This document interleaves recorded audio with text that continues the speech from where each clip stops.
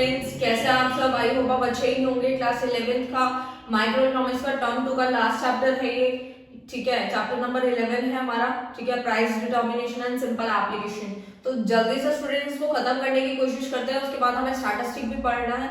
तो जल्दी से इसको खत्म करते हैं बिना किसी देरी के। हमें समझना है मार्केट इक्विलिब्रियम क्या होता है। ठीक है, तो देखो हर एक चैप्टर बहुत लिंक था। पहले हमने पढ़ा एज अ प्रोड्यूसर चैप्टर पढ़े, एज अ कंज्यूमर पढ़े, फिर हमने मार्केट पढ़ा।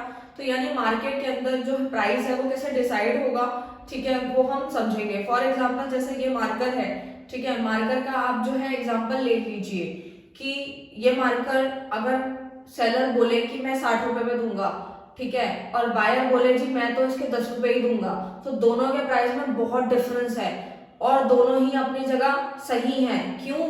क्योंकि जो सेलर है वो अपना प्रॉफिट चाहता है और कंज्यूमर क्या चाहता है कि मुझे सस्ते से सस्ता सामान मिले। ठीक है, ये हर एक कंज्यूमर का होता ही है, चाहे फिर वो कोई भी हो। ठीक है, तो वही वाली सिचुएशन आ जाती है कि दोनों के बीच में दोनों के प्राइसेस के बीच में बहुत डिफरेंस है। उस डिफरेंस को खत्म करने के लिए ये चैप्टर को हम पढ़ेंगे, जो कि डिसाइड होगा, कैसे होगा, कहाँ पे होगा, फिर वही वाली सिचुएशन आप पूरा चैप्टर पढ़ के समझ जाएंगे। तो जल्दी से कंटिन्यू करते हैं। मार्केट इक्विलिब्रियम क्या है? मार्केट इक्विलिब्रियम वो वाली सिचुएशन होती है जहां पर क्वांटिटी डिमांडेड और क्वांटिटी सप्लाई दोनों ही इक्वल हो जाते हैं। ठीक है, अभी आप शेड्यूल के समझेंगे तो आपको ये क्लियर हो जाएगा कि कौन सी सिचुएशन में आपको यहाँ मार्केट इक्विलिब्रियम देखने को मिलेगा।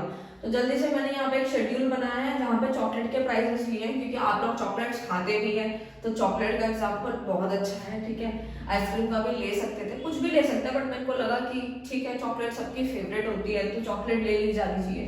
तो प्राइस ऑफ चॉकलेट 2 रुपीज की थी। ठीक है, तो अभी चॉकलेट सस्ती है तो हर कोई सोचेगा यार चॉकलेट का प्राइस बहुत सस्ता है, तो बायर सोचेगा क्यों ना बहुत सारी खरीद के खा लूं। ठीक है, बट यहाँ पे जो सप्लायर है वो तो खुश नहीं होने वाला, क्योंकि उसको खाना नहीं है, उसको बेचना है। तो बेचने के लिए तो वो क्या करेगा, प्राइस ज्यादा होगा तभी तो ज्यादा सप्लाई करेगा। तो देखो वही वाली बात आ गई कि प्राइस जो है 2 रुपए है, तो डिमांड जो है 100 यूनिट्स हो रही है और सप्लाई तो अभी 20 यूनिट्स हो रही है। देखो कितना डिफरेंस है दोनों के बीच में। ठीक है, तो दोनों के बीच में डिफरेंस यही है कि सप्लाई जो कम है और डिमांड ज्यादा, तो -80 का शॉर्टेज आ गया। ठीक है, शॉर्टेज इसीलिए आता है, शॉर्ट में समझ लो उसको, शॉर्टेज का मतलब है कि सप्लाई ज्यादा नहीं हो रही है, यहाँ पर डिमांड अभी ज्यादा है। उसके बाद प्राइस फिर 4 रुपए है। अभी भी देखो दोनों के बीच में कितना डिफरेंस है, यानी कि अभी डिमांड जो है, मैं एरो बना रही हूँ, डिमांड हमारी ज्यादा है किससे, सप्लाई से, यानी कि सप्लाई कम। ठीक है, इसीलिए कम क्योंकि प्राइस कम है।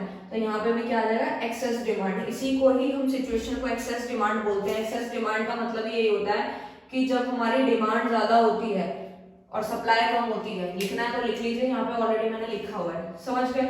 आगे अब हमारा प्राइस बढ़ता जा रहा है तो सप्लायर अब खुश होने लगेगा। क्यों? क्योंकि चॉकलेट का प्राइस बढ़ रहा है ना, अब उसको खाना थोड़ी है सप्लायर को, उसको तो सामान को बेचना है। ठीक है, तो क्या करेगा, अब खुश होना शुरू हो जाएगा, सप्लाई बढ़ानी शुरू कर देगा, क्योंकि प्राइस अभी बढ़ता जा रहा है।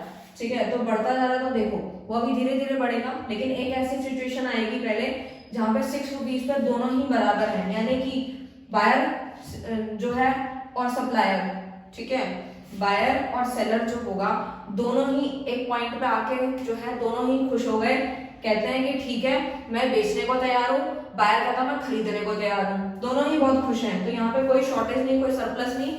इसी वाली सिचुएशन को बोला जाता है इक्विलिब्रियम, यानी जहां पे डिमांड और सप्लाई, मार्केट डिमांड और मार्केट सप्लाई बराबर हो जाती है, उसी को मार्केट इक्विलिब्रियम का पॉइंट नाम दिया गया है, जो हमने ऊपर डिवाइन में समझा था। अब आपको क्लियर हो गया होगा कौन सा वाला पॉइंट है, तो मार्क करना है तो आप कर लीजिए 6 यूनिट पे, सॉरी 6 रुपीज पे। ओके, तो ये मार्क कर दिया मैंने, ठीक है ना, 10 ओके। अब हमारा प्राइस और बढ़ गया, 8 रुपए हुआ, फिर 10 रुपए हुआ, ऐसे ऐसे बढ़ता गया। तो देखो डिमांड अब हमारी कम होती जा रही है, डिमांड हमारी कम होती जा रही है क्योंकि प्राइस बढ़ रहा है, और ठीक है, और प्राइस बढ़ने की वजह से ये देख लो अभी हमारी सप्लाई बढ़ती जा रही है। जैसे ही बढ़ती जाएगी तो हमारी शॉर्टेज खत्म होकर सरप्लस में बदल जाएगा। सरप्लस में बदलेगा तो देख लीजिए यहाँ पे मार्केट सप्लाई ज्यादा है और डिमांड हमारी कम हो जाती है, इसी को हम बोलते हैं एक्सेस सप्लाई। एक्सेस सप्लाई मतलब सप्लाई ज्यादा है, एक्सेस डिमांड मतलब डिमांड ज्यादा है। आई होप आप ये समझ गए होंगे। जल्दी से इसके कर्व को समझ लेते हैं बिना किसी की देरी के। तो जल्दी से पहले हम ये वाली सिचुएशन को समझते हैं, एक्सेस डिमांड वाली को। एक्सेस डिमांड क्या होता है, डिमांड ज्यादा है ना, क्यों ज्यादा है? प्राइस के ज्यादा होने की, प्राइस जो है वो कम है। ओके, तो देखो यहाँ पे लिखा हुआ है, पहले हमारी ये हमारा सप्लाई का हुआ है। ओके, ये हमारा डिमांड कर्व है। तो जल्दी से हम देखते हैं डिमांड और सप्लाई इस पॉइंट पे, इक्विलिब्रियम पॉइंट जहां आप देख रहे हैं पी पॉइंट पे, वहां पे दोनों ही बराबर थे। ठीक है ना, यही वाली सिचुएशन को मैंने यहाँ बनाया है। अब देखो जब हमारा प्राइस जो है, ठीक है, यहाँ पे दोनों बराबर है, जब हमारी डिमांड हमारी ज्यादा है दैट मीन प्राइस तो कम होगा, प्राइस कम होगा तो सप्लाई ज्यादा होगी नहीं। पहले यहाँ पे ये सप्लाई का हुआ, पहले सप्लाई जो हो रही थी वो इतनी हो रही थी, अब देखो इतनी सप्लाई हो रही थी, अब वो कम हो गई, सप्लाई पीछे की तरफ आ गई, पीछे की तरफ आ गई यानी कि कम हो गई, यानी कि इस पॉइंट पे क्यू पॉइंट पे दोनों बराबर थे, अब सप्लाई कम हो गई और डिमांड बढ़ के आगे चली गई। ये रहा ना demand curve. Okay, this one, अब ये देखो आगे चली गई डिमांड। ठीक है, इसी को बोलते हैं एक्सेस डिमांड। ठीक है, एक्सेस सप्लाई क्या होता है? इसका जस्ट उल्टा होता है। कैसे उल्टा होता है? देखो सप्लाई ज्यादा है, सप्लाई ज्यादा मीन्स प्राइस ज्यादा है ना, तभी तो सप्लाई ज्यादा हो रही है और डिमांड कम हो जाएगी। तो पहले जहां हमारा डिमांड कर्व बन रहा था वो अब जो है कम हो जाएगा, पीछे की तरफ आ जाएगा, और जो सप्लाई जहां हो रही थी इक्विलिब्रियम उससे वो आगे चला जाएगा। उसी को ही हम क्या बोलते हैं? एक्सेस सप्लाई बोलते हैं, जो कि मैंने यहाँ बना रखा है। ठीक है, बहुत ही सिंपल है, कुछ मुश्किल नहीं है, बनाने लगेंगे तो सब आ जाएगा। Variable and non variable industry क्या होती है? जल्दी से इसके दोनों के डिफरेंस को समझते हैं। वेरिएबल इंडस्ट्री वो होती है जहां पे हमारा सप्लाई कर्व और डिमांड कर्व पॉजिटिव एक्सेस पे मिलते हैं, उसी को वेरिएबल इंडस्ट्री बोलते हैं। जैसे करके अंदर बना हुआ है, demand and curve positive axis पे मिलते हैं। और इसमें क्या होता है? इसमें क्या होता है? नहीं मिलते। क्या नहीं मिलते? Supply curve and demand curve never intersect, ये कभी नहीं मिलते पॉजिटिव एक्सेस पे, इसी को हम नॉन वेरिएबल इंडस्ट्री कहते हैं। आई होप स्टूडेंट आपको ये समझ आ गया। स्टूडेंट्स वेरियस केसेस देखते हैं कि जो हमारी डिमांड है और सप्लाई जो है वो कैसे शिफ्ट करेगी। जल्दी से देखते हैं। पहला केस है चेंज इन डिमांड। जब हमारी डिमांड चेंज होगी, या तो डिमांड इंक्रीज होगी या तो डिमांड डिक्रीज होगी। ठीक है, फिर चेंज इन सप्लाई है, सप्लाई बढ़ेगी या कम होगी, वो वाला केस है। फिर change in both demand and supply, जब डिमांड या सप्लाई दोनों ही बढ़ेगी या दोनों ही कम होगी, एक बढ़ेगी दूसरी कम हो जाएगी, दूसरी बढ़ेगी पहली कम हो जाएगी। ये वो वाले 4 केसेस बनते हैं।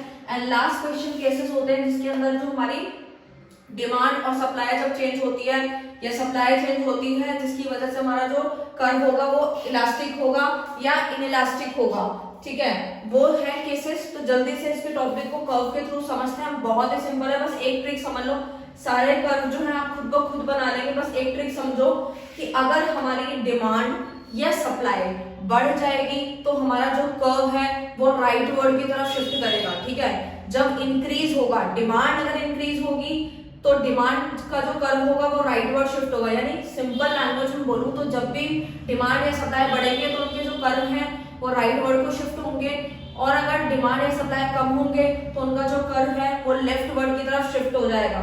सारे केसेस फटाफट हो जाएंगे। जल्दी से एक समझ लेते हैं। पहले यहाँ पे मैंने बनाया है डिमांड इंक्रीजेस, तो आप खुद ब खुद देखेंगे जब डिमांड इंक्रीज हो रही है तो सप्लाई वाला कर्व सेम रहेगा, उसमें कोई चेंज नहीं आ रहा है, उसको चेंज नहीं करना, क्योंकि डिमांड इंक्रीज हो रही है तो डिमांड जो है डिमांड का कर्व भी शिफ्ट करेगा, कहाँ करेगा? राइट वर्ड की तरफ, क्योंकि मैंने अभी बताया जब डिमांड बढ़ेगी तो राइट वर्ड, फिर डिमांड डिक्रीज हो रही है तो लेफ्ट वर्ड की तरफ चला जाएगा। फिर ऐसे ही सेम सप्लाई जब बढ़ रही है तो राइट वर्ड की तरफ कर्व शिफ्ट होगा, सप्लाई का डिमांड एज इट इज रहेगी।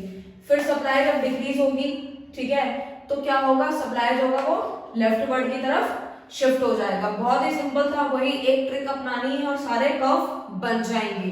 ठीक है, नेक्स्ट ये दोनों केसेस मैंने आपको यहाँ कवर कर दी है। अब हमें ये समझना है चेंज इन बोथ। अगर दोनों में चेंज आता है, अगर दोनों ही बढ़ते हैं, ठीक है, फिर से सेम यही रूल लगाना है। अगर दोनों बढ़ रहे हो तो राइट वर्ड की तरफ शिफ्ट कर देना, अगर दोनों ही कम हो रहे हो तो लेफ्ट वर्ड की तरफ शिफ्ट कर देना, और अगर डिमांड बढ़ रहा होगा और सप्लाई कम हो रहा होगा तो उसके अकॉर्डिंग आपको मैंने अभी बता दिया। तो ये सारे केसेस फटाफट से यहाँ पे हो जाएंगे, अदर केसेस भी हो जाएंगे। वैसे ही है, बहुत सिंपल है, कुछ मुश्किल नहीं है।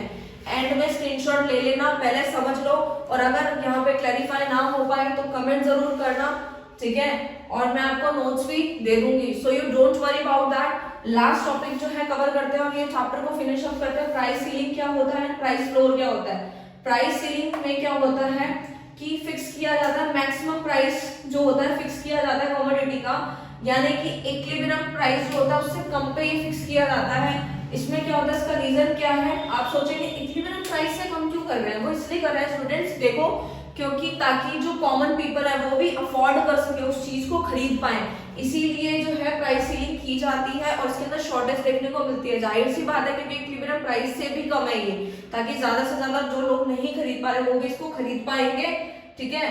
उसी को ही प्राइस सीलिंग कहते हैं, उसमें शॉर्टेज हो जाती है जो मैंने आपको कर्व के थ्रू दिखा दिया है। नेक्स्ट हम प्राइस फ्लोर समझ रहे हैं। प्राइस फ्लोर क्या होता है, तो उसका अदर नेम क्या होता है, मिनिमम सपोर्ट प्राइस भी होता है, ठीक है। इसको हम शॉर्ट में एमएसपी भी कहते हैं। ये डिफाइन क्या कहती है, refers to the minimum price fix by the government, यानी ये गवर्नमेंट के थ्रू फिक्स किया जाता है, और which the producer must be paid for the produce, यानी कि प्रोड्यूसर को जितना उसने प्रोड्यूस किया है मिनिमम प्राइस तो उसको पे करना ही पड़ेगा। जैसे कि ये क्या है, सरप्लस होता है।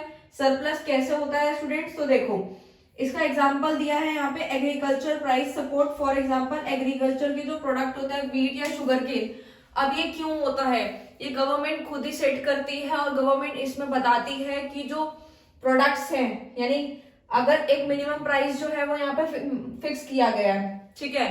यानी कि अगर हम एग्रीकल्चर गुड्स की बात करें, जैसे वीट का एग्जांपल ले लेते हैं, अगर वीट जो है वो एक मिनिमम प्राइस पे सेट कर दिया, ठीक है, और अगर प्रोड्यूसर कहता है नहीं इससे सस्ते में दो, तो गवर्नमेंट कहती है इससे सस्ते में नहीं देना, ठीक है। एक मिनिमम प्राइस सेट है, उतना ही देना, उससे कम में नहीं देना। अगर इतना ही सस्ते में देना है तो गवर्नमेंट कहती है हमें दे दो, ठीक है। तो वही क्या होता है, हमारा प्राइस फ्लोर होता है। ओके, ये पूरा टॉपिक कवर करवा दिया है, पूरा चैप्टर फिनिश हो गया है, और अब हम स्टैटिस्टिक पढ़ेंगे। माइक्रो पूरी ओवर हो चुकी है टर्म 2 की, ठीक है। तो जल्दी से हम स्टार्ट पढ़ेंगे और सारा टॉपिक जो है कवर करेंगे। All the best for future.